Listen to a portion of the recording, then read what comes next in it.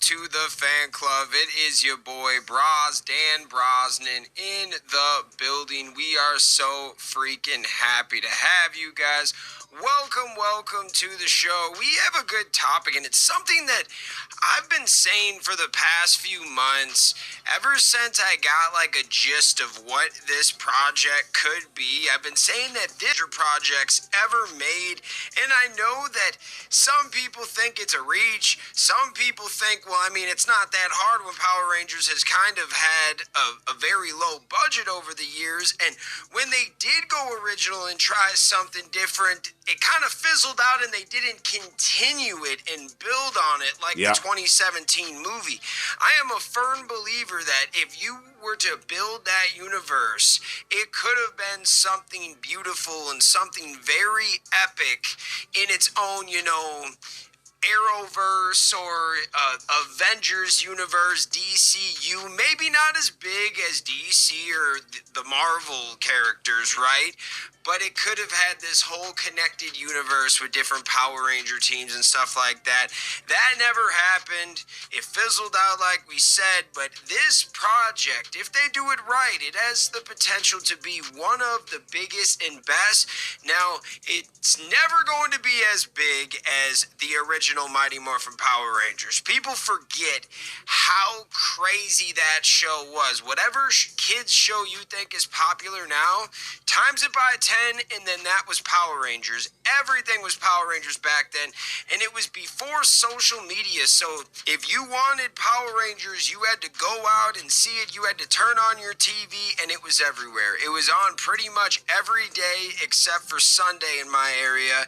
And then when you went to Walmart or Target, there was a whole aisle, sometimes two, of dedicated Power Ranger figures, from stuffies to bendable figures to Megazords to role play. There were 101 different Power Ranger. So when I first started watching ABC Family back in 2002, when I discovered it on my own, the classic PR episode No Clowning Around was airing on that network at the time, when I was just flipping channels in my dad's room, and all of a sudden I see the OG Rangers fighting against somebody.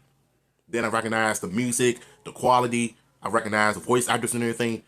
But I was trying to figure out, like, why is it airing on a different network? Because the last time I checked, MEPR and the rest of the Power Ranger seasons used to air on Fox Kids back in the 90s, all the way up to now. But, yeah. Then all of a sudden they used to air the classic PR episodes on Sundays. Because I used to be so mad that I couldn't stay home and watch the classic episode of MEPR, because that's a franchise that I grew up with, right? So I was at church at the time, but I was a kid back then. I didn't really know any better. I went anyway. So, yeah, they used to air classic PR episodes every Sunday morning, like early morning, like early. You have to literally get up every day.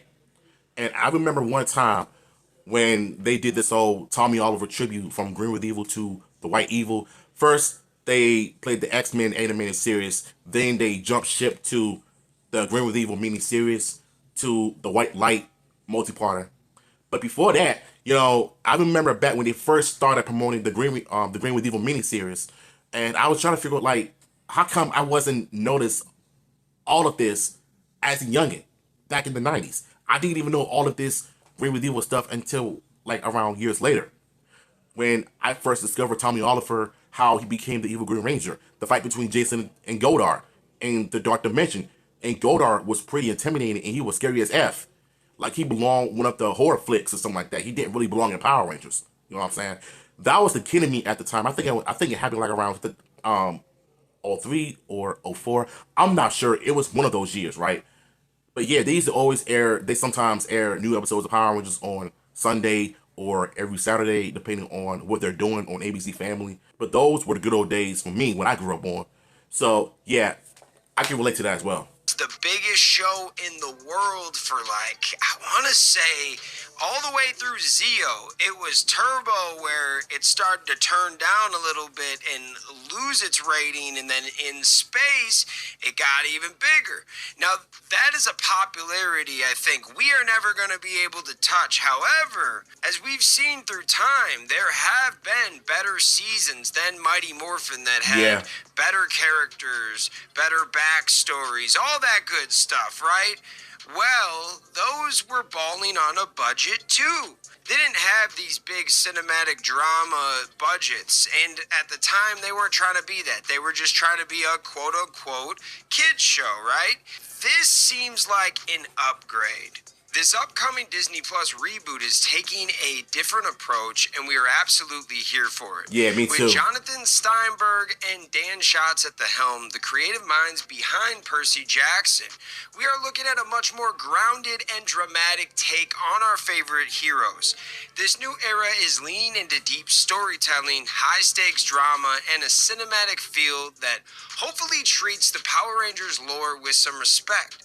It's the big budget, sophisticated treatment we've been waiting for. Steinberg and Schatz have already proven they can take a beloved franchise and give it the prestige TV polish it deserves, and we can't wait to see how they apply that same magic. And I'll be honest with you. So a few days ago, I was rewatching the Percy Jackson season 2, which was fire, by the way, because I could tell by the quality of the show and the way they directed those episodes and the entire season. You could almost feel the exact same vibe when this reboot comes out on September 3rd next year.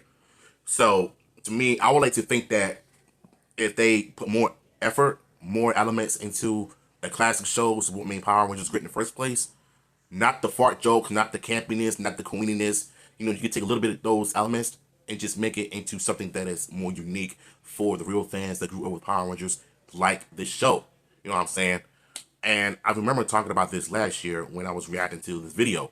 And I was mentioning something about how if they could just put, like I said, more effort into the writing and the script, and if they could just study the lore a little bit and try to understand what the fans want and what the fans really need, instead of doing the same thing for 30 plus years, adapting Super Sentai and using the Japanese footage and trying to make it match the Japanese footage into the original footage, scene to scene, and it gets to the point where it's becoming more tiring and boredom. You want to do something original. You can just create more original stories, kind of like how RPM did with the ground fights. They did a little bit of Japanese footage, battles or whatever, and ground fights and the Megazord fights, but RPM was pretty much more original, and and so was Cosmic Fury.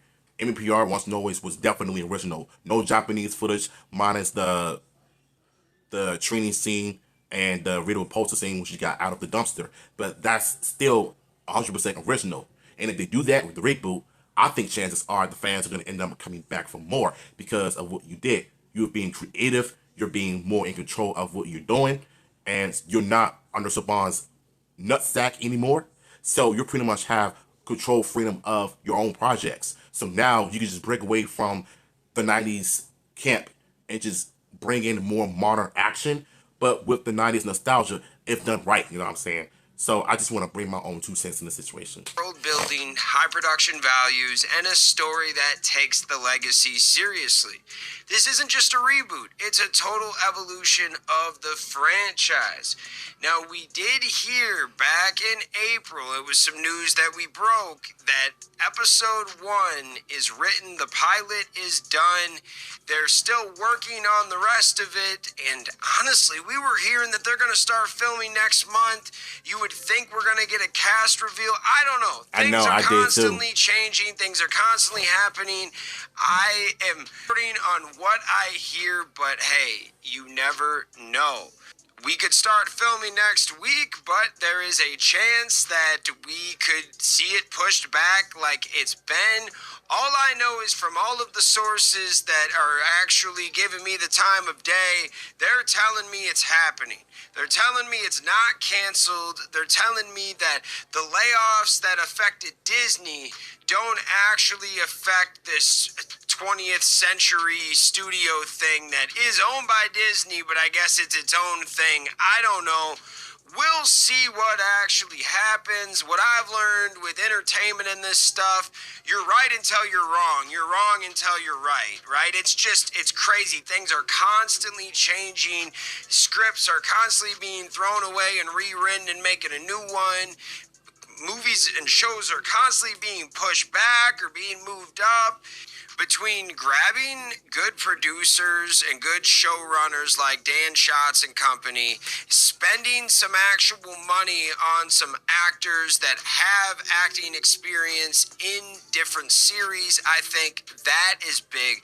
There's a lot of different names that have been connected to this Power Rangers reboot project that most of them have been on different shows, and a lot of them were Disney and Disney Plus projects, which gives it that connection even more, right? Like there's a lot going on. So you're spending on good producers, showrunners, you're spending money on good actors that have experience.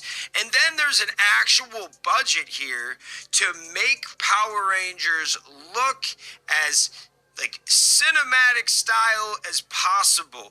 Like it's not going to be the same kid show where they were balling on a budget so they could only do so much to make it actually look cool. At the end of the day, if you get some good writers, the show could be really good with everything else that you're working on. And yeah, there's a lot of what ifs here. There are things that are gonna have to be good. I just always say, make a good story, find a good crew with chemistry, and then promote the crap out of it. Spend a bunch of your money on good marketing. Marketing that will actually go and bring out the people that you're looking for. So there's a bunch of different ways you could do it. Yeah, you could spend a bunch of money on commercials and being on the Today Show and being on all these different normal press run shows, right? Or you could do a little bit of both. Yeah, you could go on Kelly and whoever it is these days and do this show and that show, but make sure you get a press run for. And also, I would have loved them to actually not to be afraid of the unmorphed fights, the fights with the foot soldiers while in civilian mode before they move into their costume. Bring back real martial arts. You know, blows to the head, kicks in the face, instead of just the body part all the time, because that is becoming more and more boring, stale, and it needs to change. RPM started doing a little bit of that, you know, mixing of headshots and body shots. You know, I just want martial arts to be great. Go back to the first two go back to the first two pilot episodes of MMPR when they level up the violence, instead of how they did the air version of the show. So that's basically all I want. I want blows to the head, kicks in the face, in the body. Just mix it up a bit and stop being afraid. You know what I'm saying? Don't worry about the Karens, the soccer moms. This is the show for us. You know what I'm saying? We need this. We needed this more than ever. The 90s style. Make sure you get on the Boy Meets World one. Make sure you get on this one, that one. Anybody that has a pop culture podcast, go ahead and get on it. Also, make sure all of the actors are doing a bunch of social media posts and TikTok style videos to promote it, promote themselves. I'm telling you, there's a lot of different things that you can do to make it go viral that you couldn't do 10, 15, 20 years ago. We need to do a little bit of everything. So if you can give me a good story, a good crew to actually like make that story come to life, and then take the rest of the money and throw it into marketing. Of course, we want the suits to look good. We want the Megazords to look good, but it sounds like they're coming with a budget. Come with it, make sure it looks good, but market the crap out of this, man. Please. And market it for everybody. Market it. If you're going to make the Zords look good, please, for the love of God, make the T-Rex bigger when you're fighting monsters. Don't make them small like the first two movies, 95 and the 2017 films. Don't make it small. Just go with the Transformers route, you know, and follow the Sentai elements, even if you're not going to do it, but at least just try to make it look good. Schooler two adults. This isn't your normal Power Rangers that you've watched for years, where it's almost like a kid's show, a kindergarten show. Now we can do a little bit more with it, and that's why I think this has the potential to be the greatest Power Rangers show we've seen. Yeah, things can change up. In a few years, I might look back at this and say I'm right, or I might look back and be like, what could have been, right? What are your thoughts, though?